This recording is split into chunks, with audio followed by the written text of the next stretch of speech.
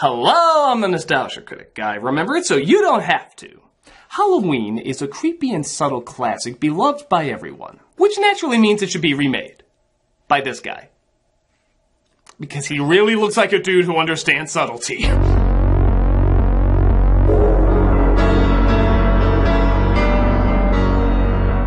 In 2007, famous rock star Rob Zombie decided John Carpenter's horror masterpiece of master murderer Mike Myers' wacky shenanigans needed a retelling. While disliked by many, the remake did surprisingly manage to get a little bit of love from fans. Some applauded the changes and updates to the horror stable, while others saw it as gratuitously pointless. But, to his credit, the fact that it's being debated at all is a testament to the film, which would normally be bludgeoned at the mere mention of the idea. Over the years, the film has actually gained some street cred, and I'm here to ask, is it warranted? While most people agree the original is better, did Zombie actually tap into a different point of view that was unique enough to stand on its own? Did it create a version that actually does have a purpose for existing? Well, I'm here to find out. Let's give this movie a stabbing chance with the remake of Halloween.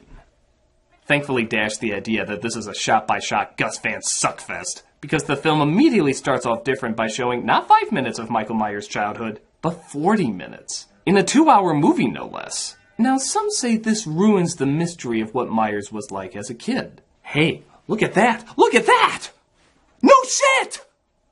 It's a friggin' remake of a classic. If it didn't do something this different, what's the point of even doing it? But showing more of his childhood isn't the issue here. The issue is whether or not it's done well. In the original, it looked like a middle American family. And Michael, for the short time we saw him, seemed like a normal kid. Wouldn't it make sense to really look at Myers as a kid and see where all of this came from? Bitch, I will crawl over there! Oh, it's just redneck assholes. Got it. Just like here, that's all you do is cringe. Wait, we're stuck in this environment for more than 40 minutes? You just hammered in our head in the first 2 seconds why he's crazy. Why do more? Look, if you told me someone went crazy hearing Jim Carrey do that annoying sound from Dumb and Dumber for over 10 years, I believe you! We surprisingly don't need to hear it for 40 minutes to get the idea! We can kinda catch on! But this falls under a genre that Rob Zombie is something of an expert on, exploitation horror. It's meant to be unpleasant, exploitive, and extreme. In some respects, what the original Halloween was seen as when it first came out. So you could argue that the annoyance is part of the idea, but Christ, what an annoying idea! Guys! So Michael spends most of his time hurting things, screaming, and getting in pointless fights. Which is surprising he doesn't get along with people, seeing how every character in this movie is hurting things, screaming, and getting into pointless fights. Hey! Tough guy! Shut up! What the hell is going on here? Fuck you. What did you say, son?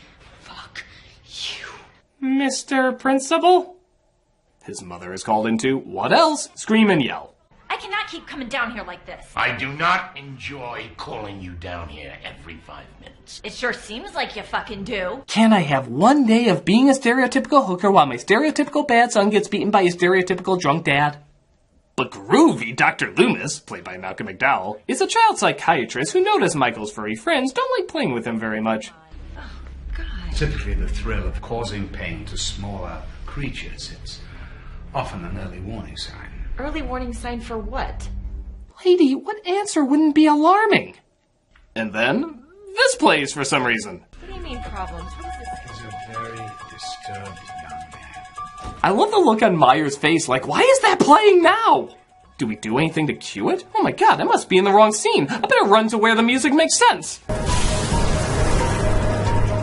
Nope, doesn't make sense out here, it's just a kid walking. Didn't this theme used to be a big deal, like they played over major moments? Okay, it's dying down now. I guess it wasn't meant to be played over anything big.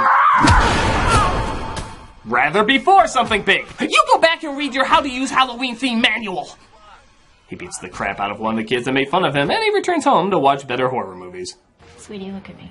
I know things have been bad, but tomorrow we start to make everything better, okay? I'll start by taking one step away from the camera, but not two. One step at a time. His sister doesn't take him trick-or-treating, though, because she's too busy making love to her boyfriend, who... Ah! Where's William Shatner masks? Take that stupid thing off. Oh, come on, babe. I want to do it with the mask on. Kid, how old are you? You're so bored with sex you need to spice it up already? Follow-up question. This is spicing it up? Myers Myers decides he wants to spice things up too as he duct tapes his dad and kills him.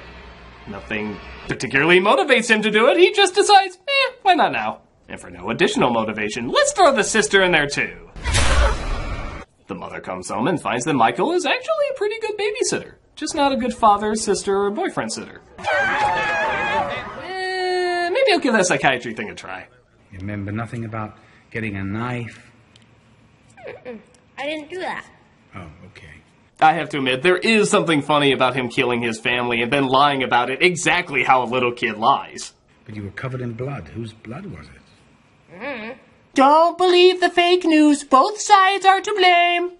He seems to be in denial about killing everyone, which again is an interesting mystery added on top of everything else. How much does he know and how much is a put on? Afraid you can't go home. Why? Because you've done terrible things.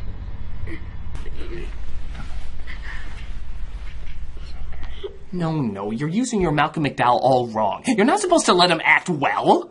Don't you watch movies? You don't let a great actor like that give a good performance. Put him in shit like Tank Girl or Mr. Magoo and then we'll talk. It is interesting to see Loomis so sympathetic, hugging Michael, comforting him, really trying to help. I get why he was so one-note in the original. It was to build up the danger of Myers. He's not a man, he's a monster, and all that stuff. But here, he does see him as a child first. It's nice seeing what led up to that change of heart.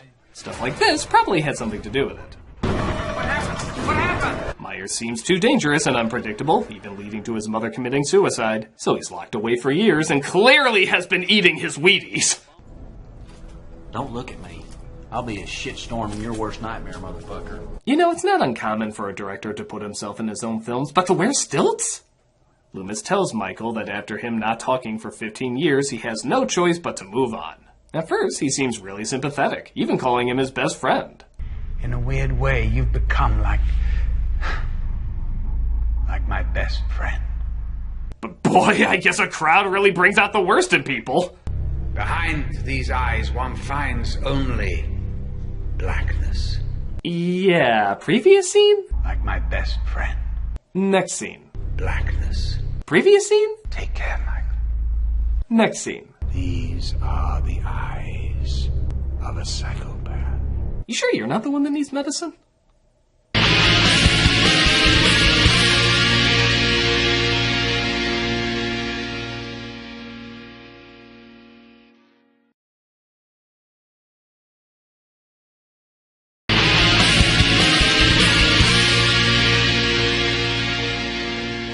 Caretakers brings Chester a bum in to have his way with one of the inmates. And they have the brilliant idea of bringing her into a cell with a gigantic homicidal maniac.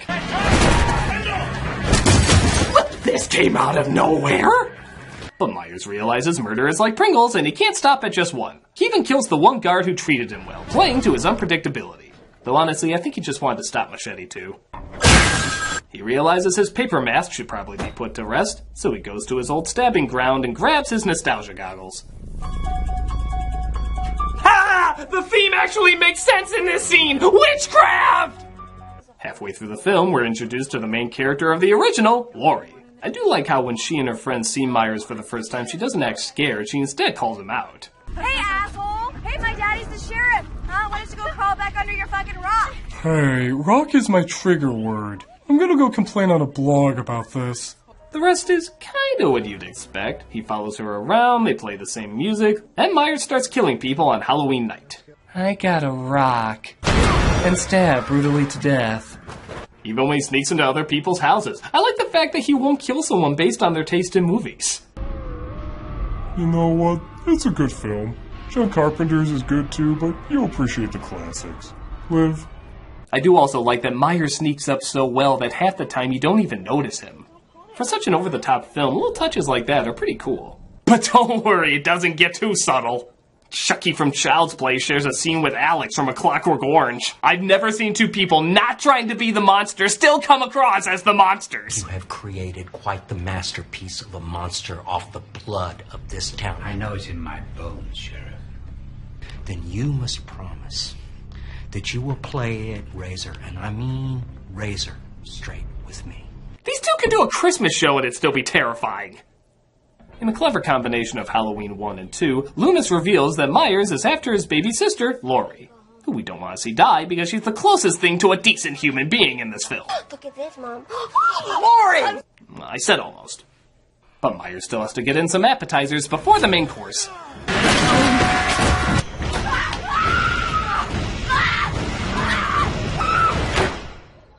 And we never know what happened to her. Or this happens to her. We just like holding shots on doors.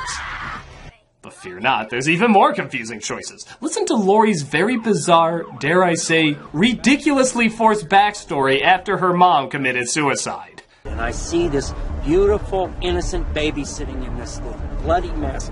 I omit her from the report. I drive her to another town and drop her off at the nearest emergency room. As sheriffs do!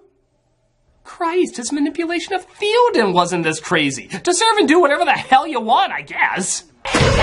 Myers finally comes face to face with her, so probably best to have everything on close-up and shaking.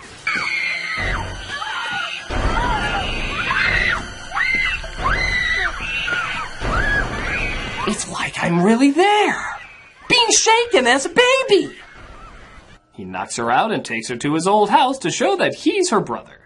Not entirely sure what he had in mind, but either way, she says shit on that noise and tries to escape. You know, this is why men never show vulnerability around women.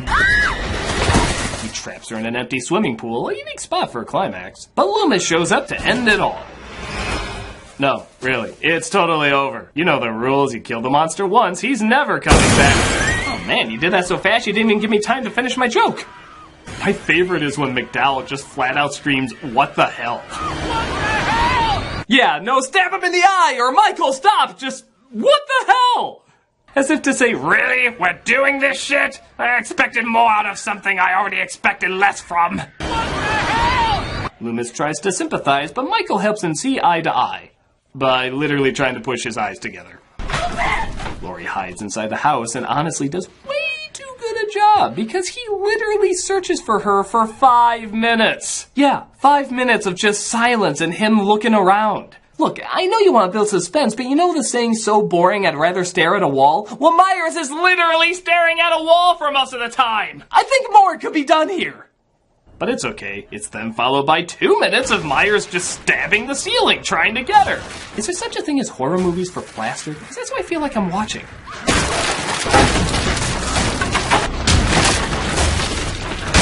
Let me guess, he's gonna hit the ceiling. I'm a wizard!